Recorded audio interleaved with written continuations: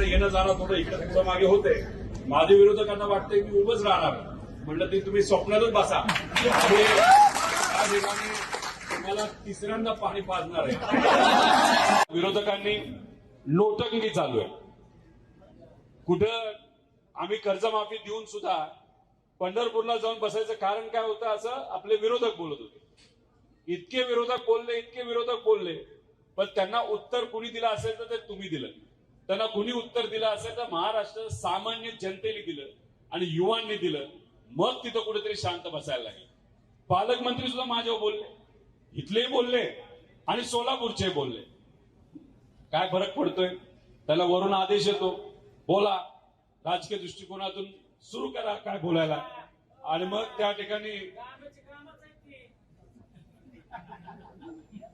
हा ते तुम्ही जे बोलला शब्द ते त्यांची कामच आहे.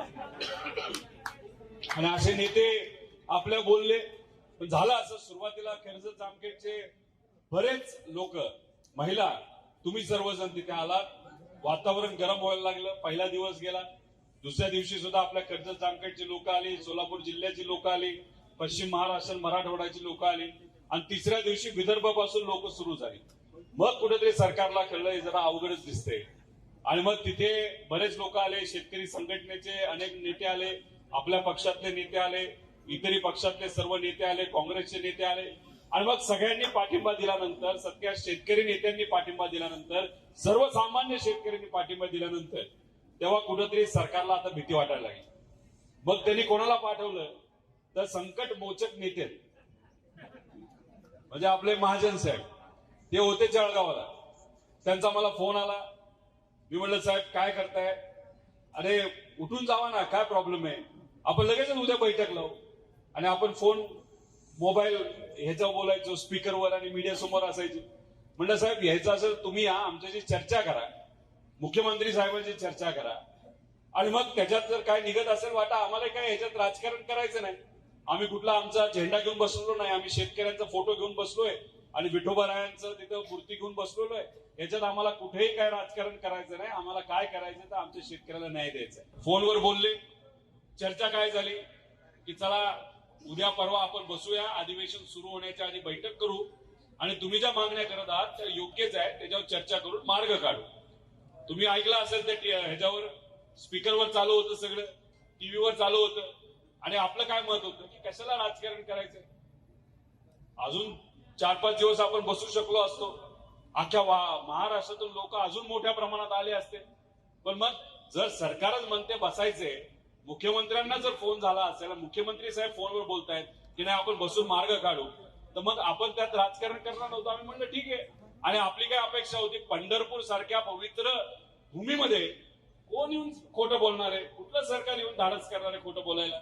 त्यामुळे मग आपण म्हणलो ठीक आहे, तुम्ही म्हणत असणार अधिवेशन सुरू होण्यापूर्वी आम्ही मुख्यमंत्री साहेबांना भेटतो, चर्चा करतो आणि आमच्या या 38 लाख शेतकऱ्यांचा विषय मार्गी लागला पाहिजे. आणि मग तिथं ते म्हणाले चला पाणी प्या. म्हणलं साहेब तुमच्या हातून नाही पिणार. एक सामान्य परिवारातून वारकरी संप्रदायाचे जे काही पती पत्नी तिथं आले असतील त्यांच्या हाती आम्ही पवित्र नामदेव पायरीला तिथं जाणार आणि त्या पवित्र पायरीच्या इथं आम्ही आमचं आंदोलन तिथं सोडणार. ठीक आहे म्हणले. आम्ही गेलो, सोडलं आंदोलन. आम्हाला वाटलं आता उद्या फोन येईल. फोन काय आला नाही. काही बरेच लोक तिथं आले होते. काही लोकांनी सांगितलं सरकारवर विश्वास ठेवून बघा. म्हणलं ठीक आहे, ठेवून बघतो. आणि झाला विश्वासघात. अधिवेशन सुरू होस तर एक फोन सुद्धा नाही आला. आणि मग जेव्हा आपण डिक्लेअर केलं की आता आम्ही चाललो छत्रपती संभाजीनगरला आणि त्या भूमीमध्ये जाऊन आपण शेतकऱ्याचं आंदोलन तिथं मोठं करणार, तेव्हा आम्हाला फोन आला संकट मोचक मंत्री महोदयांचा. अरे बसूया ना. म्हणलं साहेब तुम्ही अधिवेशनाच्या आधी बसायचं म्हणत होता. आता अधिवेशन सुरू झालंय. आज मी आलेलो आहे, मी सही केलेली आहे. आता चाललो छत्रपती संभाजीनगरला. मग तिथं तुम्हाला यायचं असेल तर या. ते म्हणले कशाला आंदोलन करतोय, करू काहीतरी, बसू, चर्चा करू, जरा खोलीत वगैरे बसू. म्हणलं आम्ही खोलीत बसणारी माणसं नाही, आम्ही ओपन चर्चा करणारी माणसं. मग आपण गेलो छत्रपती संभाजीनगर. कारण गेल्या 10 वर्षामध्ये ज्या पद्धतीने शेतकऱ्यांसाठी खऱ्या अर्थाने काम करायला पाहिजे सरकारने, ते काम न केल्यामुळे शेतकऱ्यांच्या अडचणी वाढत नाही. सोयाबीनला भाव पूर्वी बरेच वर्ष 7 वर्ष आपल्याला मिळाला नाही. कपाशीची तशीच परिस्थिती. तुरीच्या बाबतीत भाव मिळतील असं आपल्याला वाटलं की तूर इम्पोर्ट केली. त्यात मोठ्या प्रमाणात आपल्या सर्वांना नुकसान झालं. कांद्याचं नुकसान सातत्याने तिथं आपल्या सगळ्यांचं झालं. रेट वाढायला लागायचे तर लगेच एक्सपोर्ट बंद करून टाकायचा, नाही तर पाकिस्तानवरनं कांदा आणायचा आणि मग त्याच्यात आपल्याला जो भाव मिळाला पाहिजे तो त्या ठिकाणी मिळत नव्हता. ऊसाच्या बाबतीत न्याय देण्यासाठी आपण एक कारखाना इथं घेतला, प्रामाणिकपणे तो त्या ठिकाणी आपण चालवत आहोत. पण इतर जे काही पिकं आहेत त्याच्यामध्ये आमच्या शेतकऱ्याचं खूप मोठ्या प्रमाणात नुकसान होत होतं. त्यात खतं सगळेच भाव वाढले, फक्त युरियाचा भाव वाढला नाही. पण युरियाचा भाव वाढला नसला तरी त्याच्यावर लिंकिंग भरमसाठ त्या ठिकाणी केलं जातं.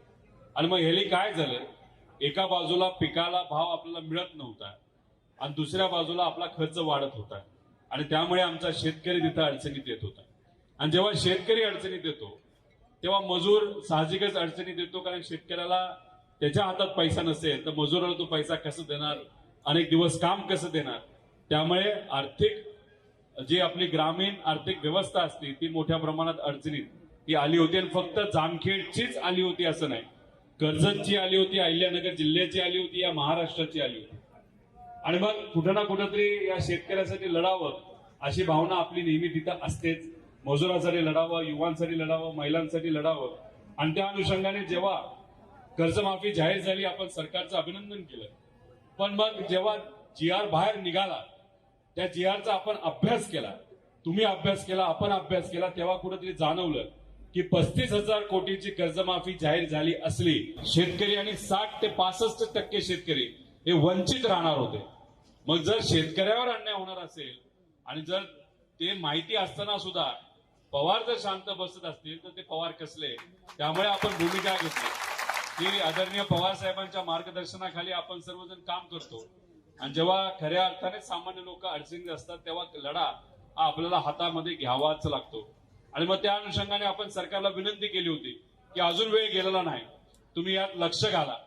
आणि 2019ची जी अट टाकली, कारण ते सांगत होते 55 लाख शेतकऱ्याला मदत होईल, पण 38 लाख शेतकऱ्यांनी 2019 मध्ये त्यावेळेच्या कर्जमाफीचा लाभ घेतला होता.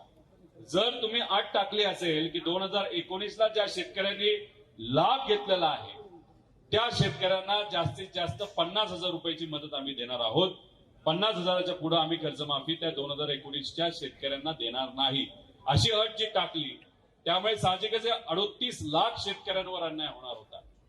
आणि जे रेग्युलर शेतकरी आहेत असे 14 लाख शेतकरी आहेत आपल्या या महाराष्ट्रामध्ये, त्यांना काय सांगितलं होतं की 3 वर्ष सलग तुम्ही जर कर्जफेड केली असेल आणि त्याच्यात 26-27 जे वर्ष अजून संपलंच नाही, अजून वर्ष 9 महिने आहेत ते वर्ष संपायला, तर त्या वर्षात सुद्धा शेतकऱ्यांनी रेग्युलर कर्जमाफी जर रेग्युलर भरलं असेल कर्ज तर त्यांना कर्ज मिळणार, म्हणजे त्यांना अजून 9 महिने वाट बघावी लागेल आणि त्यानंतर त्यांना तिथं पैसे मिळणार होते.